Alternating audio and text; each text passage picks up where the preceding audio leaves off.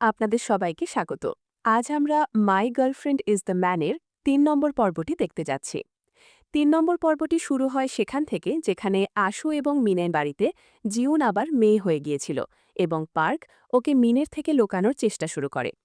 এরপর মিন যখন ঘুম থেকে উঠে ওয়াশরুমে যায়, পার্ক জিউনকে ঘুম থেকে তোলার অনেক চেষ্টা করে, কিন্তু জিউনের বেশ জ্বর হয়েছিল, তাই ও ওকে কম্বল জড়িয়েই কোলে করে নিয়ে যেতে শুরু করে। মিন ওয়াশরুম থেকে ফিরে এসে বলতে লাগলো, তুমি এসব কি করছো, পাগল হয়ে গেলে নাকি? পার্ক ওকে মেরে অজ্ঞান করে জিউনকে নিয়ে হাসপাতালের দিকে দৌড়ায়। জিউনের তেমন কিছু হয়নি, শুধু সামান্য জ্বর ছিল। জিউনের যখন জ্ঞান ফেরে তখনও অবাক হয়ে দেখে যে ও আবার মেয়ে হয়ে গেছে। এদিকে পার্ক আর জিউন অনেক চিৎকার করে আনন্দ করতে থাকে। দুজনে মিলে পুরো হাসপাতাল মাথায় তোলে। এখন তারা কেউ কারো থেকে চোখ সরাতে পারছে না। বাড়ি ফিরে তারা ভিডিও কলে কথা বলতে থাকে। তখনই পার্কের বোন আসে এবং বলে, ভাইয়া তুমি কত ভালো, তুমি যাই করো না কেন, আমি সব সময় তোমার পাশে থাকব। পার্ক অবাক হয় যে আজের কি হলো, ও তো রোজ বিষ উগড়ে দেয়। বোন বলে, ভাইয়া তুমি যাকে খুশি ভালোবাসতে পারো, তুমি ভুল কিছু করনি। আমরা মানুষ, আমরা যে কাউকেই ভালোবাসতে পারি, যে কারোর প্রতি আগ্রহ জন্মাতে পারে। পার্ক ওকে সরানোর চেষ্টা করে। ও খুব বিভ্রান্ত যে ওর বোনের কি হয়েছে। পরে আমরা জানতে পারি যে ওর বোন ভাবছে পার্ক সমকামী এবং কোনো ছেলের সাথে সম্পর্কে আছে। এখানে জিহিয়াকে দেখা যাচ্ছে ও ওর বান্ধবীদের সাথে ঘুরতে এসেছে। বান্ধবীদের মধ্যে একজনের বিয়ে ঠিক হয়েছে এবং সে খুব দ্যামাক দেখাচ্ছে। বাকি সবারও বয়ফ্রেন্ড আছে, তাই সবাই নিজেকে খুব কুল ভাবছে। জিহিয়া সিঙ্গল বলে সবাই ওকে নিয়ে খুব মজা করছে। তুমি কি এতটাই অপদার্থ যে একটা পার্টনার খুঁজে পাচ্ছ না? তোমার মধ্যে কিসের অভাব আছে? জিহিয়ার খুব খারাপ লাগে, তাই ও বলে, না না, আমার তো বয়ফ্রেন্ড আছে। সবাই বলে, দেখাও দেখাও। তখন ওর বোন জিউনের ছেলেবেলার ছবি দেখিয়ে দেয়। এটা দেখে বাকি ৩ বান্ধবী তো অবাক, কি হ্যান্ডসাম রে ভাই, কিন্তু এত বড় আইটেম বম তোর প্রেমে পড়ল কি করে? আমরা মানি না, দুজনে একসাথে ছবি দেখাও তবেই মানব, ভিডিও কল কর তবেই মানব। জিহিয়া ভিডিও কল করে দেয় এবং ওপাশ থেকে জিউন মেয়ে সেজে চিৎকার করে বলতে থাকে, দিদি আমি আবার মেয়ে হয়ে গেছি, আই লাভ ইউ। এখন জিহিয়ার যে অপমানটা সবার সামনে হয়, সেটা আর কি বলবো আপনাদের। পরের দিন সকালে যখন জিউন ঘুম থেকে ওঠে, দেখে ও মেয়েই আছে, তাই ও খুব খুশি হয়। অন্যদিকে পার্কও খুব খুশি। ওর সাথে যাই খারাপ হোক না কেন ওর ভালো লাগছে, কারণ ও এখন প্রেমে পড়েছে। ওর মিষ্টি গার্লফ্রেন্ড আবার মেয়ে হয়ে গেছে। জিহিয়া জিউনের শরীর স্পর্শ করে পরীক্ষা করে দেখে ও সত্যিই মেয়ে কিনা। আরে বোন, ওর চেহারা দেখে বুঝতে পারছিস না? তারপরও বলে, জিউন তোর কি সেই দিনগুলোর কথা মনে পড়ে না, যখন তুই ছেলে হয়েছিলি? কত সুন্দর দিন ছিল। জিউন বলে, হ্যাঁ আমার সব মনে আছে, যে তুই কিভাবে আমার দিকে কুদৃষ্টি দিতিস আর আমার সাথে শোয়ার মতলবে থাকতিস। জিহিয়া লজ্জায় ওখান থেকে পালিয়ে যায়। এখানে আমরা সেই লম্বা চুলের ছেলেটাকে দেখতে পাই। ওর নাম ইয়ংসু। হ্যাঁ, সেই পার্কের সেই হ্যান্ডসাম বন্ধু, যাকে ও নিজের বসের সাথে ব্লাইন্ড ডেটে পাঠিয়েছিল। ওকে দেখতে খুব ভয়ঙ্কর লাগে। কোরিয়ানরা সাধারণত আমেরিকান ছাড়া কাউকে পছন্দ করে না, কিন্তু এখানে ওরা খোদ কোরিয়ানদেরই পছন্দ করছে না। তবে ও মনের দিক থেকে খুব ভালো, সবার খেয়াল রাখে, সাহায্য করে। তখনই সেই বসের কল আসে এবং দেখা করতে চায়। ইয়ংসু ওকে ডিনারে ডাকে। তাদের দেখা হয় এবং ও বলে যে ও ৮ বছর ধরে সরকারি চাকরির প্রস্তুতি নিচ্ছে। ও মদ খায় না কারণ ওর মাথা ঘোরে আর পড়াশোনা করতে পারে না। বস বলে, তুমি খুব পরিশ্রমী, আমাকে দেখ, আমি তো সবকিছু বসে বসেই পেয়েছি, পরিশ্রম করতেই হয়নি। দুজনের মধ্যে এরকম খুঁটিনাটি কথা হতে থাকে।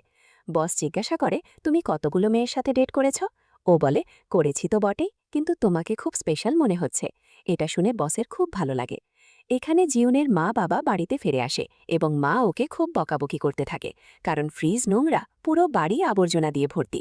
কিন্তু ওর বাবা ওদের দুজনকে খুব ভালোবাসেন, খুব শান্ত স্বভাবের। তখনই মা বাথরুম থেকে একটা ছেলের অন্তর্বাস নিয়ে বাইরে আসেন এবং বলেন, এই রেজার আর এইসব জিনিস কার রে, আমাদের আড়ালে এখানে কে আসে? মেয়েরা বলে, আমরা তো এখন বড় হয়েছি, আমাদের বয়ফ্রেন্ড আছে, তাই এসব তো আমরা করতেই পারি। মা বলেন, ঠিক আছে, যা খুশি করো, কিন্তু এটা কোন অভদ্র বয়ফ্রেন্ড যে নিজের ব্যক্তিগত জিনিস এখানে ফেলে যাচ্ছে? জিহিয়া ভাবছিল বলে দেয় এটা কার, এটা জিউনের, যখনও ছেলে ছিল। কিন্তু জিউন ওকে থামিয়ে দিয়ে বলে, না না না, এটা জিহিয়ার বয়ফ্রেন্ডের। মা বাবা খুশি হয়ে যান যে আমাদের এই কুৎসিত মেয়েরও বয়ফ্রেন্ড আছে, এটা তো খুব ভালো খবর। এখন আবার ছবি দেখাতে হবে, কিন্তু কোনোভাবে ওরা মা বাবাকে ওখান থেকে বিদায় করে, এই বলে যে পরের বার ওদের সাথে দেখা করিয়ে দেবে। এরপর জিহিয়া জিউনকে পাড়া করে মারতে থাকে। জিউন মা বাবাকে সবটা জানাতে চায়নি, কারণ মা সব জানলে খুব দুশ্চিন্তা করবেন। এরপরও এরির সাথে দেখা করে এবং ২ বান্ধবী নাচতে শুরু করে। ওরা ওদের সিগনেচার নাচটা করে, কারণ দুজনেই খুব খুশি জিওন আবার মেয়ে হয়ে যাওয়ায়। পরের দিন পার্ক আর মিন কথা বলছিল। মিন বলে, আচ্ছা, আমাদের বস নিজের ক্যাফে ছেড়ে সামনের ক্যাফেতে সারাদিন বসে থাকে কেন? এদের মনে হয় অনেক টাকা। তখনই সেখানে পালো করে। পার্ক মিনের থেকে বসের বড়লোক হওয়ার কথা লুকিয়ে রেখেছিল, যে পুরো বিল্ডিংটাই তাদের, পুরো এলাকাটাই তাদের। কারণ মিন যখন সব জানবে তখন ও লোভে পড়ে বসকে পটাতে শুরু করবে। আর বস খুব সহজ সরল, ওর সাথে থাকার জন্য ও যে কোনো ছেলেকে রাজি হয়ে যাবে। এই সুযোগে ও বসের ভুল ব্যবহার করতে পারে। তখনই জিওনের মেসেজ আসে যে ও আবার ডিম রান্না করতে যাচ্ছে, কিন্তু ওর খুব ভয় করছে, কারণ গতবার ডিম খেয়েই ও ছেলে হয়ে গিয়েছিল। জিওন ওকে ডিম খেতে মানা করে এবং বাইরে থেকে প্রচুর খাবার কিনে 15 মিনিটের মধ্যে ওর বাড়িতে পৌঁছে যায়। পার্ক জিওনের খুব খেয়াল রাখে বলে জিওন ওকে প্রতিদানে একটা কিস দেয়। দুজনেই খুব খুশি এবং এখন সব কিছু আগের মতো ঠিকঠাক চলছে। কিন্তু পরের দিন কলেজে জিওন পার্কের সাথে একটা মেয়েকে দেখতে পায়। জিওন এসে পার্কের হাত ধরে ফেলে। এই মেয়েটির নাম মিঞ্জু। ও পার্কের জুনিয়র, কিন্তু মনে মনে ও পার্ককে খুব পছন্দ করে। দুই মেয়ে চোখের ইশারায় একে অপরকে গালি দিতে থাকে, যেন আমার বয়ফ্রেন্ডের থেকে দূরে থাক। উপরন্তু মিঞ্জু পার্কের গাল ধরে বলতে থাকে, তুমি কি আমার জন্য কদিন অপেক্ষা করতে পারলে না? গার্লফ্রেন্ড বানানোর খুব শখ জেগেছে। আর হ্যাঁ, এই উইকেন্ডে পার্টি আছে, চুপচাপ চলে আসবে। ওর কানে কিছু একটা বলে, যা শুনে দুজনেই হাসে এবং জিউন রাগে ওখান থেকে চলে যায়। পার্ক ওকে মানানোর জন্য পেছনে দৌড়ায়। মিঞ্জু এখনও বিশ্বাস করতে পারছে না যে এটা পার্কের গার্লফ্রেন্ড। জিউন রাগে ড্রিম করতে শুরু করে। পার্ক ওকে মানানোর চেষ্টা করে, বলে, আরে মিঞ্জু এমনই, ওর কথার কিছু মনে করো না। এটা শুনে জিউন আরও রেগে যায় এবং ওর এখন খুব সুন্দর আর হট সেজে পার্টিতে যেতে ইচ্ছে করে। তাই ও এরির সাথে অনেক ড্রেস দেখে, যাতে ওকে খুব সুন্দর দেখায়। অনেক ঝামেলার পর একটা ড্রেস পছন্দ করা হয় এবং খুব তাড়াতাড়ি উইকেন্ড চলে আসে। পার্ক তৈরি হয়ে পার্টিতে জিউনের জন্য অপেক্ষা করতে থাকে। তখনই মিঞ্জু এসে ওকে জোর করে ভেতরে নিয়ে যায়। সব বন্ধুরা পার্ককে পার্টিতে দেখে অবাক হয়ে যায়, বলতে থাকে, বাহ, আমরা ডাকলে তো আসিস না, তুই তো এখন গার্লফ্রেন্ডের আঁচল ধরা ছেলে, এখন কি মনে করে আসলি? ও বলে, না না, ওসব কিছু না, এবং নিজের ফোন ওখানেই ফেলে ওয়াশরুমে যায়। তখনই জিউন ফোন করে এবং মিঞ্জু ফোনটা রিসিভ করে পাশে রেখে দেয়। আর ওর বান্ধবীর সাথে জিউনকে নিয়ে খুব আজে বাজে কথা বলতে থাকে। জিউন সবটা শুনতে থাকে, কিন্তু ও তখন আবার ছেলে হয়ে গেছে। হ্যাঁ, খুব ভুল সময়ে ও আবার ছেলে হয়ে গেছে। লিপস্টিকও লাগিয়েছিল, মানে তৈরি হচ্ছিল, সেই অবস্থাতেই ছেলে হয়ে গেছে। ও খুব টেনশনে আছে যে মিঞ্জু যদি ড্রিঙ্ক করে পার্কের সাথে কোনো আজে বাজে কাজ করে ফেলে, তাহলে তো ওর কপাল পড়বে। পার্কও অপেক্ষা করে করে বিরক্ত হয়ে একটু ড্রিঙ্ক করে। তখনই জিওনের এন্ট্রি হয়, যে খুব হ্যান্ডসাম ছেলে সেজে এসেছে। মেয়েরা ওকে দেখে পাগল হয়ে যায়। পার্ক নেশা করে মিঞ্জুর সাথে নাচছে। মিঞ্জু খুব অভদ্র, ও পার্কের গায়ে আজে বাজেভাবে হাত দিচ্ছে। তখনই জিওন এসে ওকে থামায়। মিঞ্জু অবাক যে এই ছেলেটিকে। জিওন পার্ককে বোঝাতে শুরু করে, আমাকে দেখো, আমি আবার ছেলে হয়ে গেছি। কিন্তু নেশার ঘোরে পার্ক কিছুই বুঝতে চায় না, নাচতেই থাকে।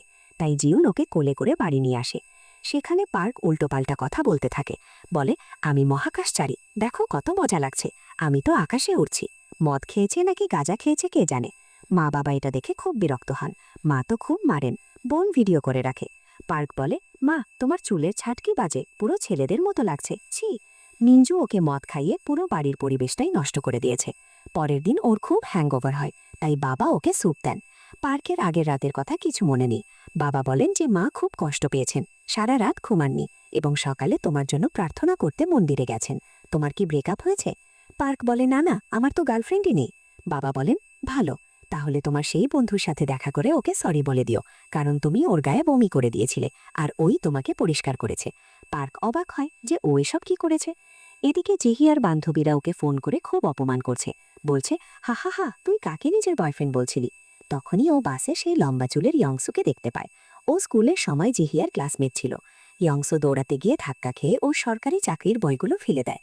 আর ওটা দেখে জিহিয়ার পুরনো দিনের কথা মনে পড়ে। ও এখনও নিজের স্বপ্নের পেছনে দৌড়াচ্ছে। আমাদের দেখানো হয় যে জিহিয়ার চরিত্রটি আগে খুব কুৎসিত ছিল। ও দেখতে একদমই ভালো ছিল না। ও বলছিল, আমি যদি এত সুন্দর হতাম তবে নির্ঘাত মডেল হতাম। ইয়ংসু বলে, আমার সন্তানরা তোমার মতোই দেখতে হবে। ওদের কথা শুনে বোঝা যায় যে ওরা দুজনেই একে অপরকে খুব পছন্দ করত, কিন্তু সামনাসামনি বলতে পারত না। আজ অনেক বছর পর নিজের ছোটবেলার ক্রাশকে দেখে ওর তো চক্ষু চড়ক গাছ। এখানে পার্কের বোন ওকে ভিডিওটা দেখাচ্ছে, যেখানে সব রেকর্ড করা ছিল। জিওন যখন পার্ককে পরিষ্কার করছিল এবং ওদের মধ্যে যেসব কথা হয়েছিল সবটা ওই ভিডিওতে ছিল। পার্ক জিওনকে দোষ দিচ্ছিল যে তুমি ছেলে হয়ে গেলে, তুমি আমার আবেগের সাথে খেলছ, আমার জীবনটা এভাবে কতদিন চলবে। এসব শুনে জিওনের খুব খারাপ লেগেছিল এবং ও ওখান থেকে চলে গিয়েছিল।